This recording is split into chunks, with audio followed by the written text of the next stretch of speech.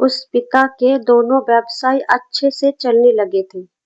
मेहनत और लगन की वजह से उन्होंने एक अच्छा सा मकान भी बना लिया। अब घर में खुशहाली आने लगी थी। बेटियों की छोटी छोटी ख्वाहिशें भी धीरे धीरे पूरी होने लगी और उनकी पढ़ाई लिखाई भी अच्छे से चल रही थी। इस तरह लगभग 2-3 साल तक जिंदगी बहुत अच्छी तरह से चलती रही। लेकिन समय हमेशा एक जैसा नहीं रहता। 2-3 साल बाद आसपास के गांव में भी लोगों ने अपने अपने राशन की दुकान खोल ली। इसकी वजह से पिता की राशन की दुकान पहले की तरह नहीं चलने लगी। उसी समय लगभग हर घर में बिजली भी पहुंच गई थी। इसलिए लोग टीवी किराए पर कम लेने लगे। पहले जो लोग टीवी किराए पर लेते थे वो कम भी। धीरे धीरे उनके दोनों व्यवसाय कम चलने लगे। टीवी सीडी किराए देने वाला व्यवसाय तो उनका बंद हो गया था। राशन का दुकान जैसे तैसे थोड़ी बहुत चल रही थी और उसी से किसी तरह उनका परिवार चल रहा था।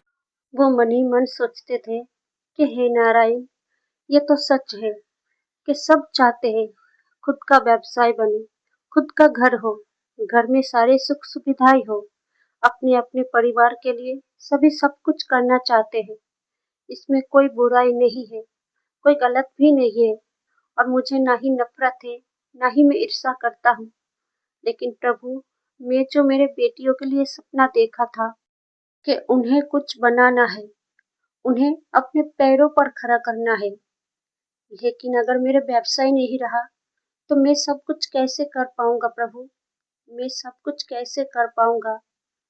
मैं जानता हूँ प्रभु कि हर किसी के जीवन में अच्छे और बुरे दोनों समय आते हैं और शायद अभी मेरे जीवन में बुरा समय आया है, लेकिन मैं अपने मन की हिम्मत नहीं हारूंगा। मैं विश्वास रखूंगा और अपने धैर्य के साथ इस कठिन समय को पार कर लूंगा।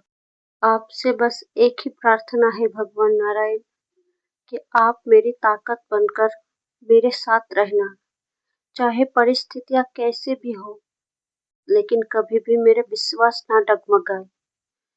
हे भगवान, आप इतनी शक्ति देना कि मैं अपनी बेटियों की परवरिश अच्छे से कर सकूं, उन्हें अच्छे संस्कार दे सकूं।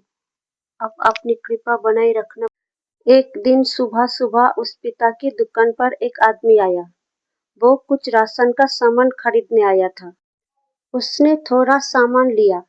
सामान लेने के बाद वो पिता से बात करने लगा। उस आदमी ने कहा, मैं लॉटरी बेचता हूँ।